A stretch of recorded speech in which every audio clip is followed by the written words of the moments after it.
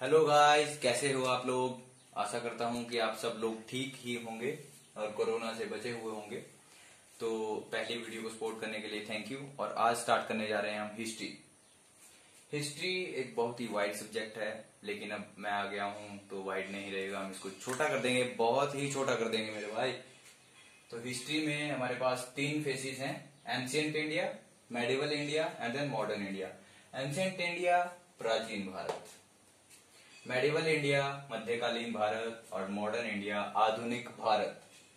तो ancient India जो हमारे पास प्राचीन भारत की शुरुआत कहां से हुई? प्राचीन भारत की शुरुआत हुई है 2 मिलियन 20 लाख साल पहले, वो भी बिफोर कॉमन एरा। अभी हम जी रहे हैं 20th सेंचुरी। तो ये देखो 20 लाख बिफोर कॉमन एरा, कितने पीछे से हमारा जो इंडिया है वो चल रहा है। और हमारे पास आदमी की उत्पत्ति जो हुई है वो यहीं से हुई है 2 मिलियन ईयर्स एगो। ओके, तो यहाँ पे सबसे पहले जो था हमारे पास स्टोन एज। सबसे पहले जैसे इंसान बना तो इंसान के पास खाने को कुछ नहीं था, तो उसने देखा जानवर घूम रहे हैं, इधर उधर घूम रहे हैं, तो उसने जानवर का शिकार करके उसको खाना शुरू किया। पहले कच्चा फ्लैश खाते थे, उसको पकाते नहीं थे, उनको पता नहीं था, आग नहीं पता था उनको, वो सिर्फ खा लेते थे, जो भी मिला खा लिया। तो उस एज को कहा गया स्टोन एज, क्योंकि उसमें हंटिंग और पोचिंग के लिए सिर्फ पत्थर यूज किया जाता था, क्योंकि हमारे पास मेटल नहीं था, हमारे पास और वेपन नहीं थे। तो इसमें हमारे पास 3 फेजेस थे, 1 2 3 फेजेस। One is Palaeolithic.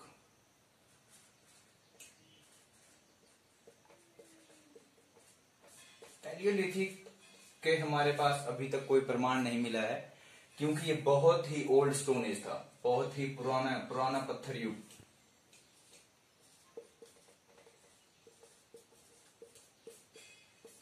इसका कोई प्रमाण नहीं है हमारे पास। और इसके बाद जो आया था मेसोलिथिक।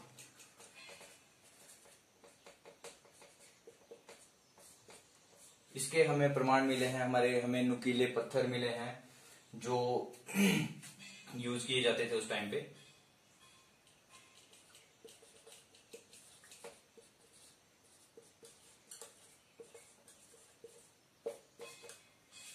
और उसके बाद न्यूलिथिक।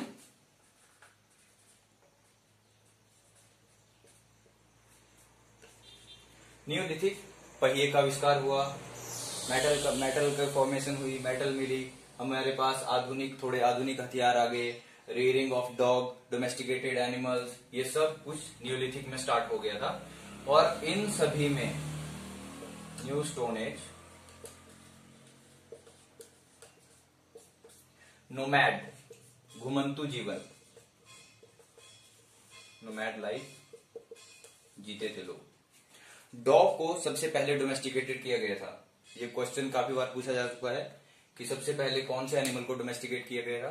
तो डॉग को सबसे पहले आदमी के द्वारा डोमेस्टिकेट किया गया था। उसके बाद 2700 में स्टार्ट होता है हमारे पास Indus valley civilisation. Indus valley civilisation या हड़प्पा सभ्यता। हड़प्पा सभ्यता भी क्यों बोला जाता है सिंधु घाटी सभ्यता को? क्योंकि हड़प्पा जो था वो पहला शहर था जो डिस्कवर किया गया था इंडस वैली सिविलाइजेशन के टाइम में। इंडस वैली सिविलाइजेशन का जो फेज था वो हमारे पास 2700 बीसीई, बिफोर कॉमन एरा से लेके 1500 बीसीई तक चला था।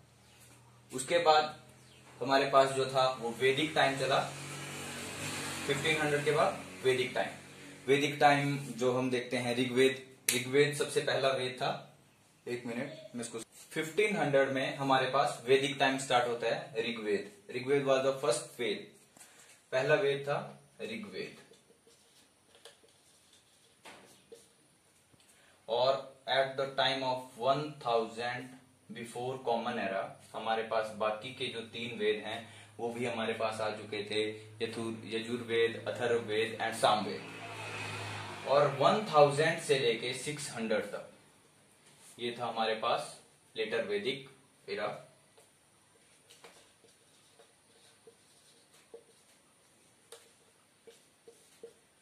जिसमें कि हमारे पास जो जनपद थे, जनपद की फॉर्मेशन स्टार्ट हो गई थी, स्मॉल सिटीज बनना शुरू हो गई थी हमारे पास। तो जनपद जो थे, जनपद व्हाट वाज जनपद? जनपद जो थे वो हमारे पास छोटी सिटीज थी, छोटे शहर, जैसे हमारे पास घुमारवीं, बिलासपुर, ऐसे छोटे शहर थे जनपद। और जनपद का eight the time of 600 BCE में कुछ बड़े शहर बन गए जिनको नाम दिया गया महाजनपद। तो महाजनपद कब आए थे? At the time of 600 BCE। Mahajanapada at the time of Mahajanapada के टाइम पर बुद्धिज्म और जैनिज्म की शुरुआत भी हुई। बुद्धिज्म और जैनिज्म का ओरिजिनेशन अगर हमसे पूछा जाता है तो वो 600 CE महाजनपद के टाइम। और महाजनपद कितने थे हमारे पास? 16 महाजनपद थे। 16 महाजनपद थे और बुद्धिज्म जैनिज्म की शुरुआत हुई। बुद्धिज्म जैनिज्म की शुरुआत हुई और eight the time of 325 BCE में हमारे पास जो था वो जो ये जनपद थे उनमें से एक जनपद ऐसा, महाजनपद ऐसा था जो कि जिसने अपना विस्तार कर लिया और एक एम्पायर बन गया, एक साम्राज्य बन गया, जिसको बोला गया मौर्यन एम्पायर। मौर्यन जो था पहला साम्राज्य था जिसका इतना बड़ा विस्तार हुआ और पहला कोई एम्पायर बना। तो उसमें राजाओं का शासन जो था शुरू हो गया था भारत में एट द टाइम ऑफ 325 से लेके 185 तक। 325 से लेके 185 तक हमारे पास मौर्यन एम्पायर रहा।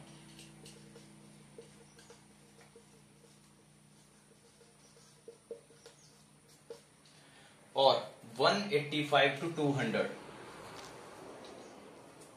Post Mauryan era, which is called post Mauryan era.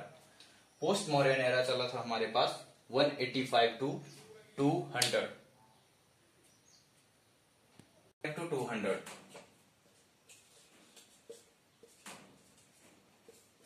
Letter post Mauryan era, जिसमें कि हम पढ़ेंगे भारत में बहुत सारे छोटे छोटे साम्राज्य बन गए थे, कुछ बड़े बड़े साम्राज्य बन गए थे जो कि 4 भागों में डिवाइड हो गए थे। One is central, north west में, डेक्कन में और साउथ में। हमारे पास जो थी 4 जगह पे एम्पायर साम्राज्य का विस्तार हो चुका था।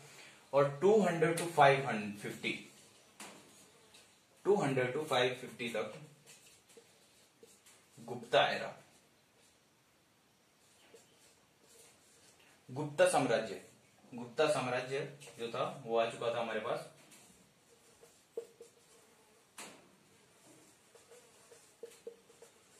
गुप्ता एम्पायर आ चुका था हमारे पास 550 तक, 550 से लेके 750 तक।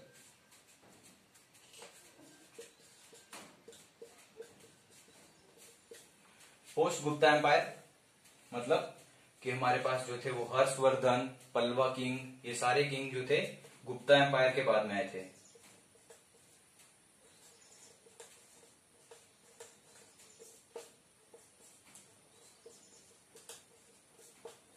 पल्लवा किंग ये सभी इसके बाद आए थे।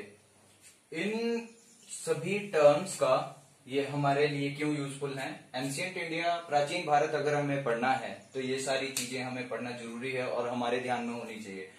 इन सभी चीजों को पढ़ाने का मेरा मकसद है, जब भी हम आगे स्टार्ट करेंगे पैलियोलिथिक, मेसोलिथिक, न्यूलिथिक के बारे में, इंडस वैली सिविलाइजेशन के बारे में, वेदों के बारे में पढ़ेंगे, मौर्यन एम्पायर के बारे में पढ़ेंगे और बिफोर कॉमन एरा जो जैसे जैसे हम कंप्लीट करेंगे, कॉमन एरा आएगा हमारे पास, तो हमें जो है चीजों को समझने में आसानी रहेगी, हम चीजों को आसानी से समझ सकते हैं। तो इसीलिए एक ब्रीफ स्टोरी जो थी वो मैंने आपको दी है कि कब से कब तक एंशिएंट इंडिया हमारा जो स्टार्ट हुआ, कब से कब तक स्टार्ट हुआ। इसके बाद हम स्टार्ट करेंगे मेडिवल इंडिया। मेडिवल इंडिया जो था हमारा मध्यकालीन भारत, 750 कॉमन एरा से लेके 1750 कॉमन एरा तक।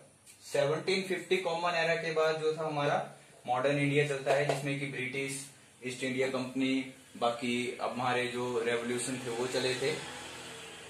तो सबसे ज्यादा जो क्वेश्चन बनते हैं हिस्ट्री में वो मेडिवल इंडिया और मॉडर्न इंडिया से बनते हैं हमारे पास।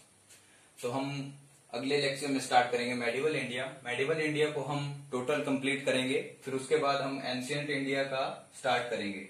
एंशियंट इंडिया से बहुत कम क्वेश्चन बनते हैं। सिंधु घाटी सभ्यता से बन जाते हैं क्वेश्चन, कभी हमारे पास वेदों से क्वेश्चन बन जाते हैं, बुद्धिज्म जैनिज्म से क्वेश्चन बन जाते हैं, गुप्ता रूलर से बन जाते हैं, हर्षवर्धन से बन जाते हैं। बहुत कम क्वेश्चन आते हैं। बट ये है medieval India, it is one of the important topic in history. Medieval India को हमें पढ़ना है, बहुत अच्छे से पढ़ाई करेंगे हम। और आज की क्लास के बारे में बताइएगा कि आपको कैसी लगी। प्लीज लाइक करिए, शेयर करिए, कमेंट करिए। आप जैसे जैसे हमें बताएंगे कि आपको अच्छा लगा, किस हिसाब से आपको पढ़ना पसंद है, किस हिसाब से नहीं पढ़ना पसंद है, आप हमें कमेंट करके बताइए, हम वैसे स्टार्ट करेंगे। Thank you.